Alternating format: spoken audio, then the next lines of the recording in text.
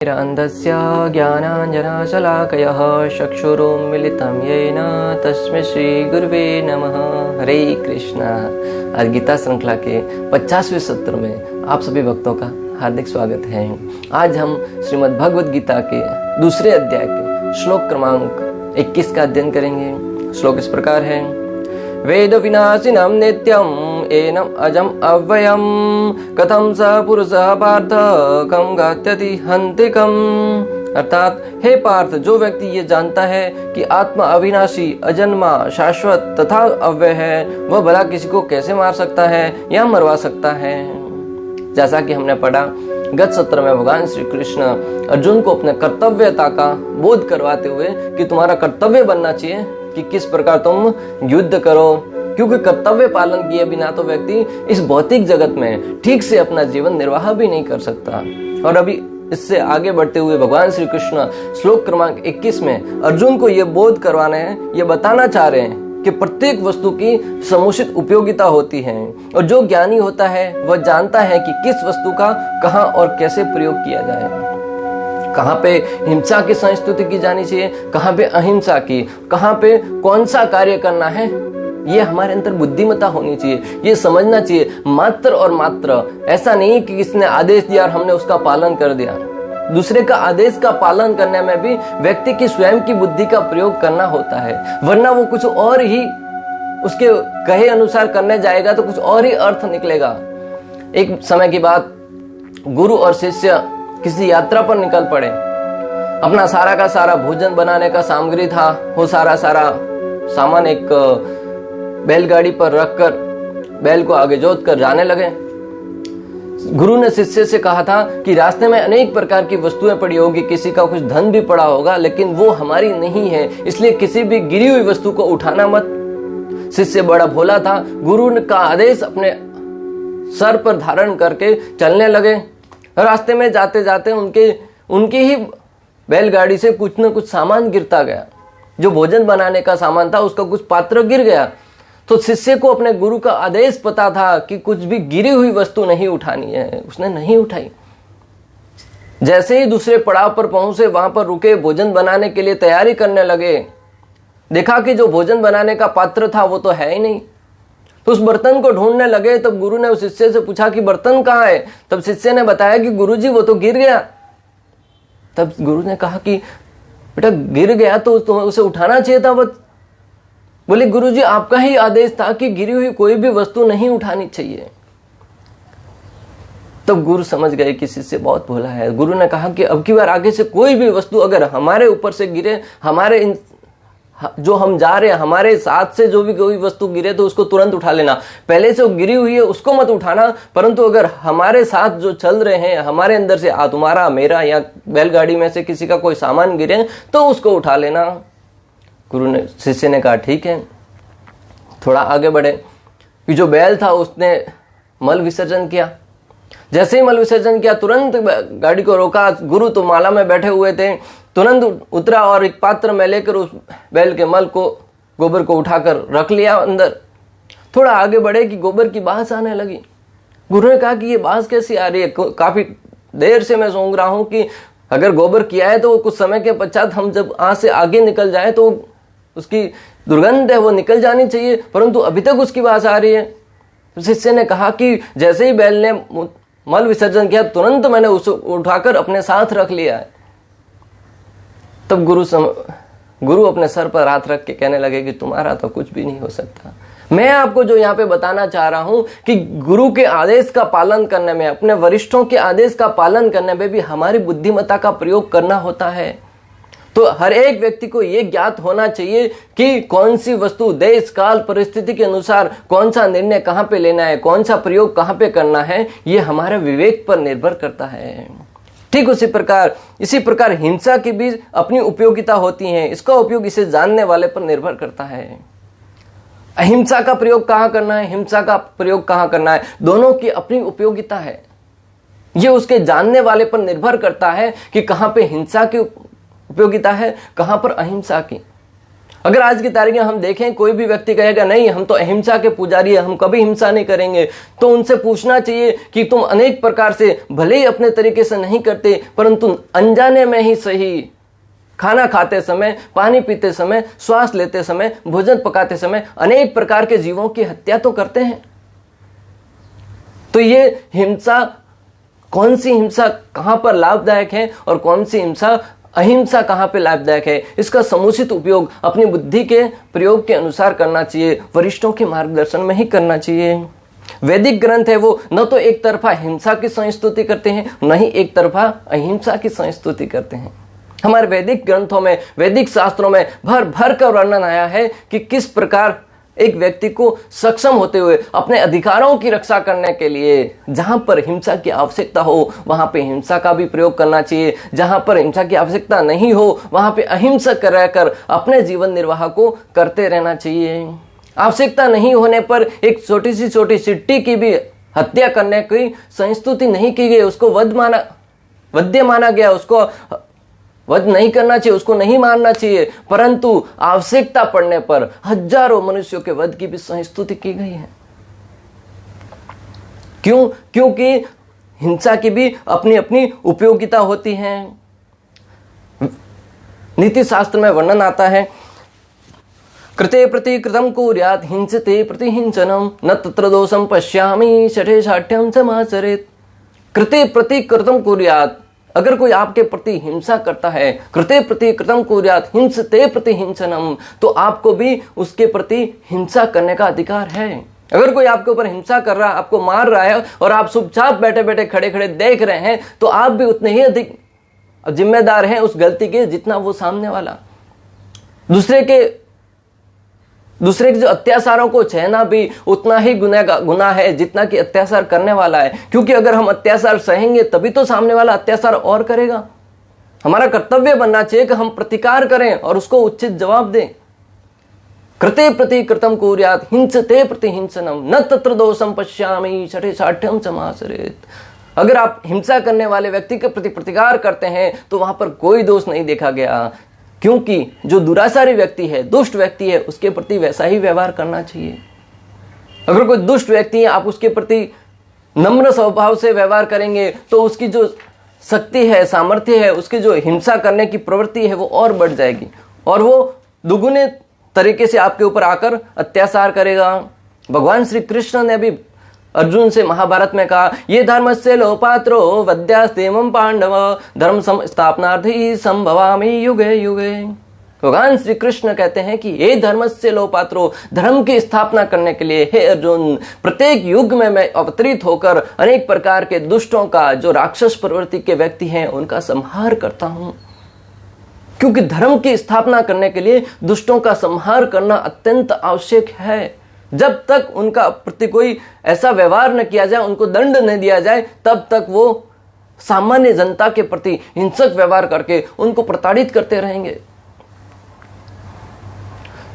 जब कोई व्यक्ति हमारे प्रति हिंसा करता है तब हमारे पास दो रास्ते होते हैं, एक तो चुपचाप उसको सहन कर ले और दूसरा उसका प्रतिकार करके उसको उचित जवाब दिया जाए।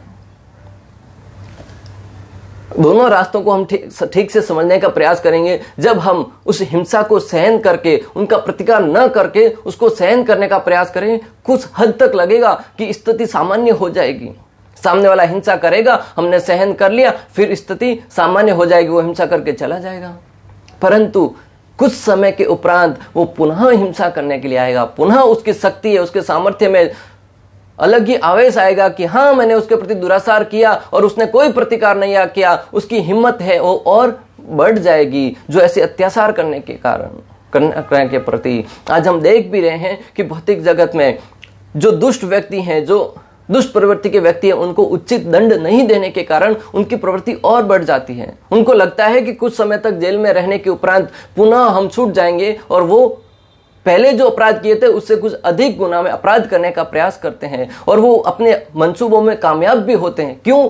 क्योंकि जो दंड देने की संहिता है, दंड देने का जो मापदंड है वो उचित नहीं है। न्याय पालिका में उचित दंड और समय पर दंड नहीं दिए जाने के कारण भी ऐसा होता है। समय पर अगर किसी को दंड न दिया जाए तो वो दंड नहीं देने के बराबर माना गया है।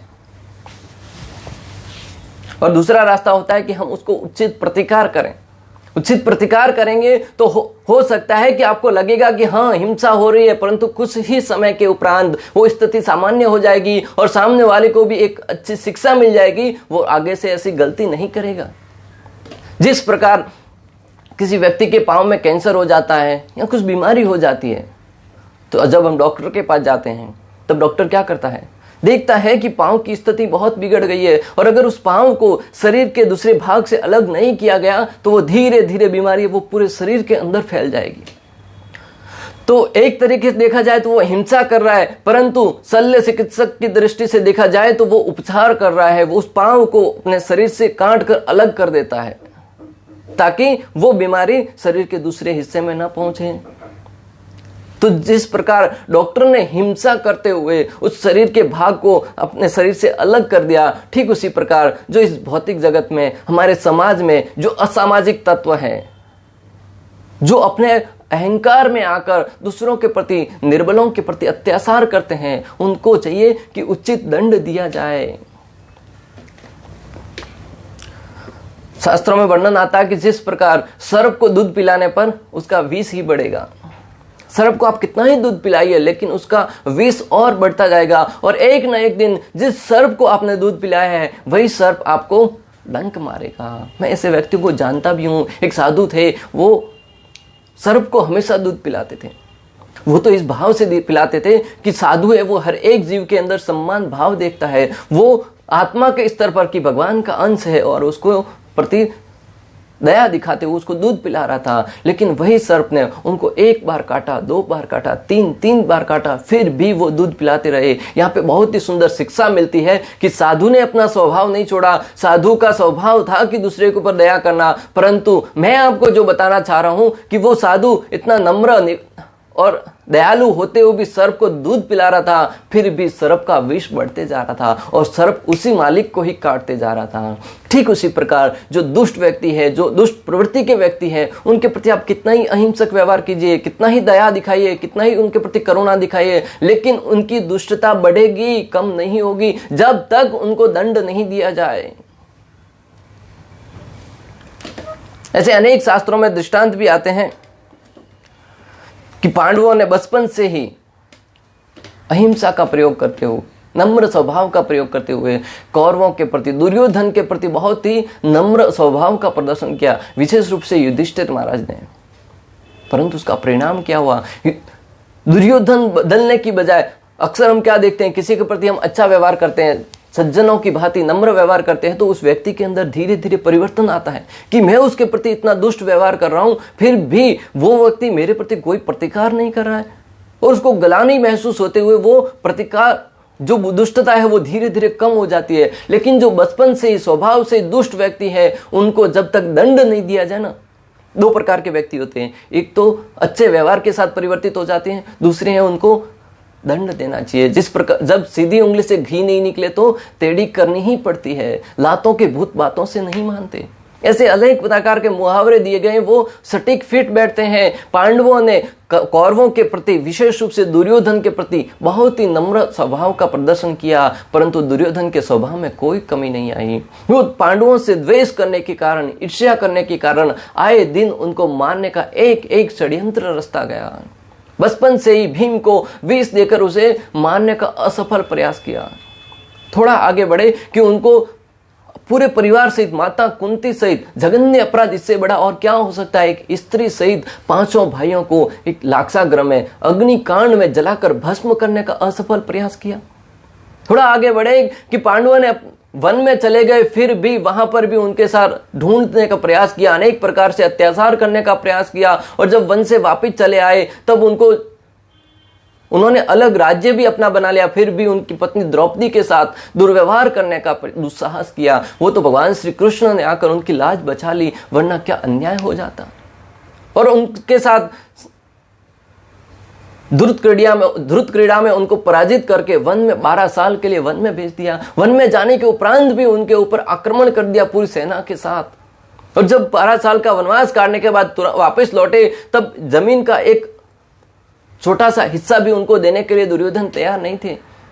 फिर भी युधिष्ठिर महाराज की महानता तो देखो, वो भगवान श्री कृष्ण को शांति दूत बनाकर भेजते हैं कि दुर्योधन की मति ठिकाने पर आ जाए, वो 5 गांव देने तक राजी हो जाए तो हम शांति से जीवन यापन कर लेंगे, कभी उनके प्रति प्रतिकार नहीं करेंगे, युद्ध का रास्ता नहीं अपनाएंगे, हिंसा का रास्ता नहीं अपनाएंगे। जो व्यक्ति ये सोचते हैं कि पांडवों ने हिंसा करने के लिए, युद्ध करने के लिए तैयार हुए, उनको ये बात सुननी चाहिए कि पांडवों ने अहिंसा करने का, दुर्योधन को समझाने का कितना प्रयास किया। जब भी दुर्योधन नहीं माना, अपनी हट पर, अपने अडिगता पर अटका रहा, तब जाकर पांडवों को युद्ध करने के लिए तैयार होना पड़ा।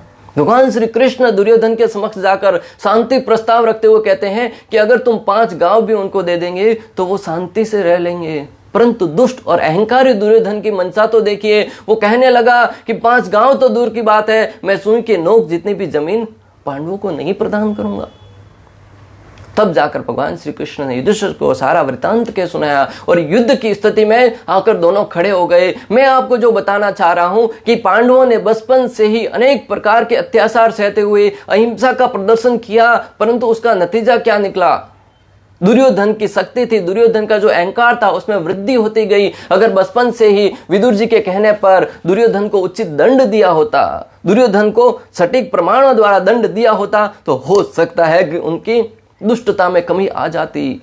विदुर जी ने ऐसा प्रस्ताव भी रखा था धृतराष्ट्र के समक्ष कि युधिष्ठिर को राजा बना लो और दुर्योधन को भीम के संरक्षण में रखकर उसका सुधार किया जाए। परंतु धृतराष्ट्र ने अपने पुत्र मोह के कारण विदुर जी की एक नहीं सुनी और आगे चलकर वो महाभारत युद्ध के कारण बना। महाभारत युद्ध का एकमात्र कारण था दुर्योधन का अहंकार, दुर्योधन का अहंकार। आज हम देखते हैं कि हमारे देवी देवताओं के हाथ में भी हथियार है जिसे दुष्ट व्यक्तियों को सचेत किया जा सके। आज प्रत्येक देवी देवता के हाथ में देखिए कोई ना कोई हथियार है। माता कालिका के हाथ में तलवार है, देवी पार्वती के हाथ में त्रिशूल है, हनुमान जी के हाथ में गदा है, और ऐसे अनेक जो भी हमारे देवी देवता है उनके हाथ में कुछ न कुछ हथियार निश्चित है। उसका प्रतीक क्या है, क्यों हथियार रखते हैं? ये दुष्ट व्यक्तियों को सचेत करने के लिए, जो राक्षस प्रवृत्ति के व्यक्ति हैं उनको सचेत करने के लिए कि अगर कोई भी गलत कार्य किया तो तुम्हें दंड भुगतना पड़ेगा। तो सरकार है वो भी पुलिस नियुक्त करती है। क्यों? क्योंकि जो समाज में, हमारे देश में जो दुष्ट व्यक्ति हैं कोई अपराध करते हैं तो उनको दंड दिया जाए। जब पुलिस किसी बलात्कारी को या कोई चोर को या किसी उदंडी व्यक्ति को पकड़ के लेके जाती है, उसको सजा देती है, तब ये नहीं कहा जाता कि उनको क्यों सजा दी जा रही है, क्यों उनके साथ ऐसा बर्ताव किया जा रहा है। नहीं, क्योंकि उन्होंने गलत कार्य किया है। और जो गलत कार्य करने वाले हैं उनको उचित दंड देना ही चाहिए।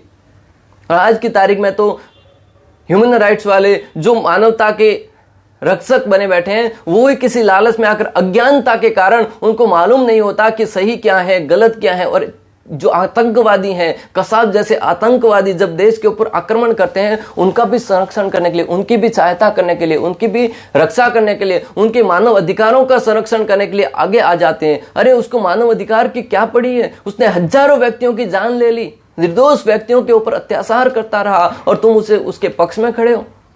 उसको बचाने के चक्कर में हजारों करोड़ों रुपया खर्च कर देते हैं। ऐसे व्यक्ति को बचाने का क्या फायदा? क्योंकि वो तो स्वयं मरने के इरादे से ही आया था, दूसरों को मारकर स्वयं मर जाएगा, वो तो संयोगवश बच गया, तो आप उसकी तरफदारी करने जा रहे हैं। इसलिए तो देश में आज जो नीति है, जो दंड देने की संहिता है, उसके आधार पर ही अनेक प्रकार के अपराधियों की संख्या बढ़ती जा रही है। यद्यपि हत्या करने वाले व्यक्ति को न्याय संहिता के अनुसार प्राणदंड दिया जाता है, किंतु न्यायाधीश को दोषी नहीं ठहराया जा सकता, क्योंकि वह न्याय संहिता के अनुसार ही दूसरे व्यक्ति पर हिंसा करने का आदेश देता है। हालांकि जो न्याय की कुर्सी पर बैठा हुआ न्यायाधीश है, वो व्यक्ति को दंड देता है, मृत्यु दंड भी देता है, परंतु उसके लिए वह दोषी नहीं होता है। उसके लिए दोषी होता है जिस व्यक्ति ने कर्म किया है। वो तो उस कुर्सी पर निहित किया गया है कि वो उनको दंड दे। उनके दंड का, जब उनको दंड दिया जाएगा तब उसको, उसका अंदर से जो भी प्रगति होगी, उसके सुधार होगा, और वो सुधार है वो उसको जीवन में काम आएगा। अगर उसको मृत्युदंड दिया जाए तो वो अपने बुरे कर्मों से मुक्ति प्राप्त करके अगले जन्म में अच्छा कर्म, अच्छा शरीर और अच्छा परिवार में जन्म लेकर अच्छे से कार्य कर सकता है।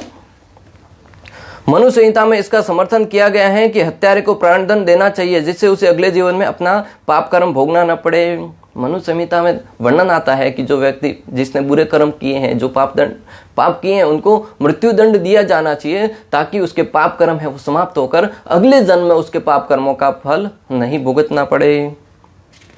अतः राजा द्वारा हत्यारे को फांसी का दंड एक प्रकार से लाभदायक है। अतः जो राजा है वो जब हत्यारे को फांसी का दंड देता है तो वो हत्यारे के लिए एक तरफ से देखा जाए तो लाभदायक ही माना गया है। इस प्रकार जब कृष्ण युद्ध करने का आदेश देते हैं तो यह समझना चाहिए कि यह हिंसा नहीं परम न्याय के लिए है। इस प्रकार यहाँ पे जब भगवान श्री कृष्ण युद्ध करने के लिए आदेश दे रहे हैं तो हमें समझना चाहिए कि हिंसा नहीं है, ये परम न्याय के लिए किया जा रहा है, क्योंकि कौरवों ने पांडवों के प्रति अनेक प्रकार के अपराध किए हैं और उन अपराधों के बदले में जब दुर्योधन के प्रति दुर्व्यवहार करके उनको उचित शिक्षा दी जाएगी तभी तो धर्म की स्थापना होगी, वरना दुर्योधन जैसी प्रवृत्ति के व्यक्तियों की और समाज में संख्या बढ़ती जाएगी और उनकी संख्या बढ़ने के कारण समाज में तहस नहस बन जाएगा, उथल पुथल मच जाएगा। दुष्ट व्यक्तियों की संख्या जैसे जैसे बढ़ती है आप देखेंगे कि समाज में अशांति फैलती है। आप ऐसे अनेक देशों को जानते होंगे जहां पे उत्पाती व्यक्ति हैं, जिनका न तो कोई धर्म है, अगर धर्म भी है तो वो धर्म है वो दूसरों को हत्या करने के लिए प्रेरित करता है। तो वहां पर आए दिन ऐसे अनेक प्रकार के आतंकवादी हमले होते हैं, अनेक प्रकार के जीवों की हत्या की जाती है। सामान्य जीवों की हत्या तो उनकी दिनचर्या बन गई है, अनेक प्रकार के जीवों को मारकर उनके साथ अत्याचार करना तो उनकी दिनचर्या है। और यहां तक कि मनुष्यों के साथ भी बर्बरता के साथ पेश आया जाता है, उनको आए दिन मौत के घाट उतारा जाता है। उसका एकमात्र कारण है निरंकुश शासन। उनके ऊपर किसी प्रकार का कोई अंकुश नहीं होने के कारण उनके जो अंदर से अत्याचार करने की भावना है वो और बढ़ती जाती है। उनको लगता है कि हम कर रहे हैं वो सही कर रहे हैं, क्योंकि उनको सही उचित मार्गदर्शन देने वाला कोई नहीं है। इस प्रकार हमने देखा कि श्लोक क्रमांक 21 में भगवान श्री कृष्ण अर्जुन को युद्ध करने के लिए न्याय नीति के विषय में बता रहे हैं कि तुम अगर उनको दंड भी देंगे, उनको सजा भी देंगे तो इसका अपराध तुम्हें नहीं लगेगा, क्योंकि एक राजा का कर्तव्य होता है कि वो दंडी व्यक्ति को सजा दे। और अर्जुन है वो क्षत्रिय होने के नाते उनका कर्तव्य बनता है कि वो समाज में ऐसे उत्पाती व्यक्तियों के प्रति दया न दिखाकर उनको सजा देनी चाहिए। इस प्रकार श्लोक क्रमांक 21 का भक्ति वेदांत तात्पर्य पूर्ण हुआ। अंत तक हमारे साथ बने रहने के लिए आप सभी का हृदयपूर्वक प्रेम पूर्वक बहुत बहुत धन्यवाद। श्रील प्रभुपाद की जय। श्री श्री राधा गोपीनाथ भगवान की जय। श्रीमद् भगवद गीता की जय। हरे कृष्णा कृष्ण कृष्ण हरे हरे, हरे राम राम राम हरे हरे।